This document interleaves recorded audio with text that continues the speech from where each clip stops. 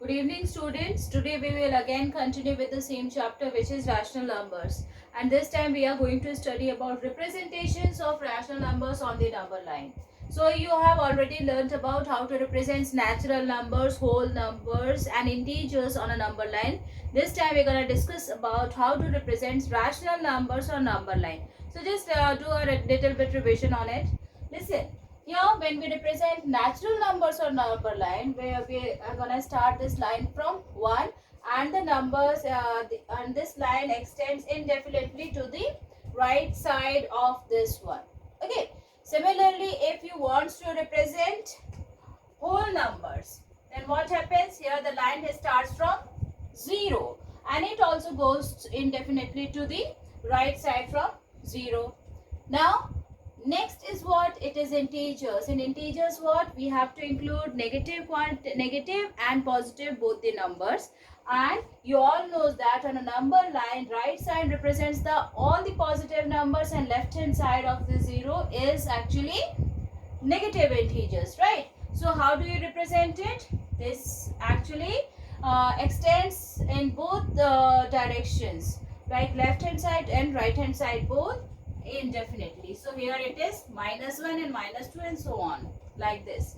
Now this time we're going to study about how to represent these rational numbers. So rational numbers, as we already learned, that rational numbers are those numbers which can be represented in P by Q form, right?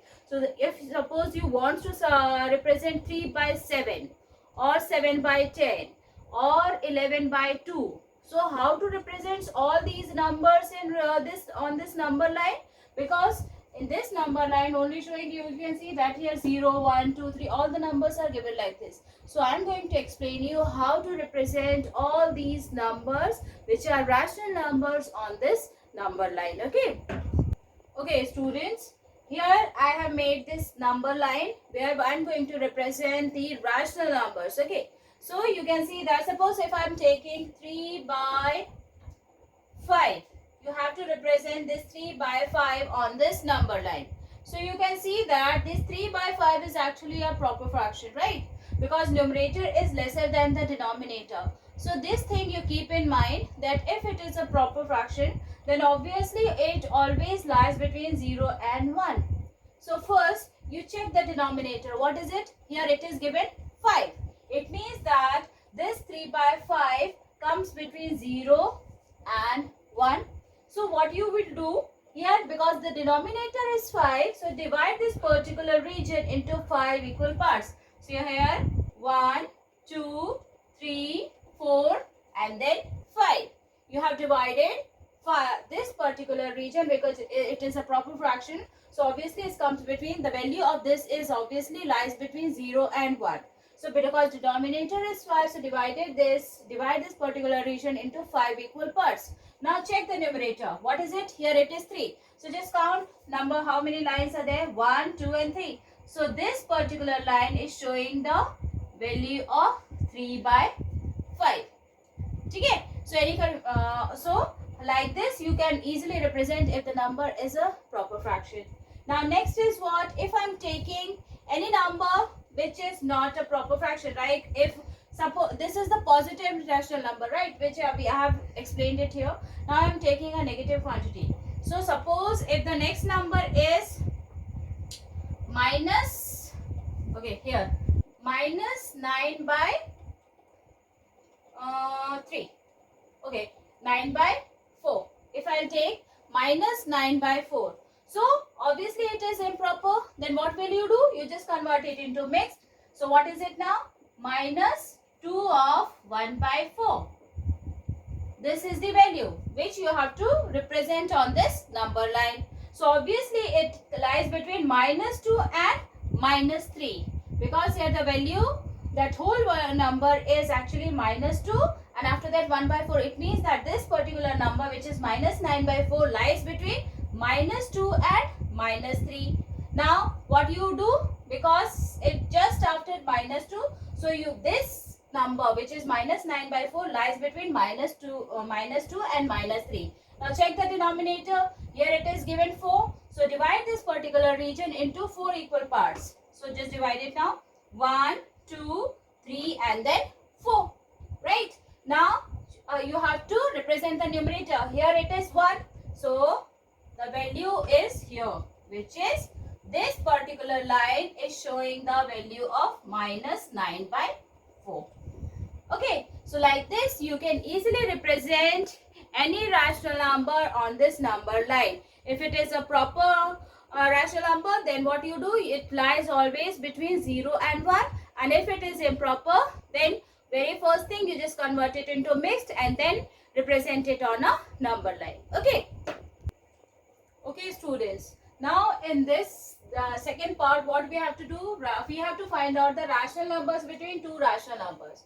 So how do you find it? Suppose any two numbers are given, two rational numbers are given like 2 and 3, and the question is find 5 rational numbers between this 2 and 3. But how do you find it? So what will you do? You just convert it into its equivalent number. So just make their denominator same, and then you can easily put number, whatever number which you needed, you can write here. So what will you do? You just make the denominators same of both these quantities, but nothing is set in its denominator. So what will you do? 2 can be written as 2 by 1. Similarly, 3 can also be written as 3 by 1. Now you only have to make the same denominator. So because here we have to, suppose we want to find out 5 rational numbers between these two rational numbers, 5 rational numbers we have to find out. So it's better to take a bigger number so that we can easily put so many numbers in between it. So what will you do? I am just multiplying 10 to numerator and denominator both. Then what happens? Just see, 1 into 10. So that the same quantity should be multiplied to numerator also, because we cannot directly put any number to denominator or numerator according to our choice. There is a method which we have to follow. So if you are multiplying 10 to the denominator, the same quantity should be multiplied to numerator also. So 2 into 10 now.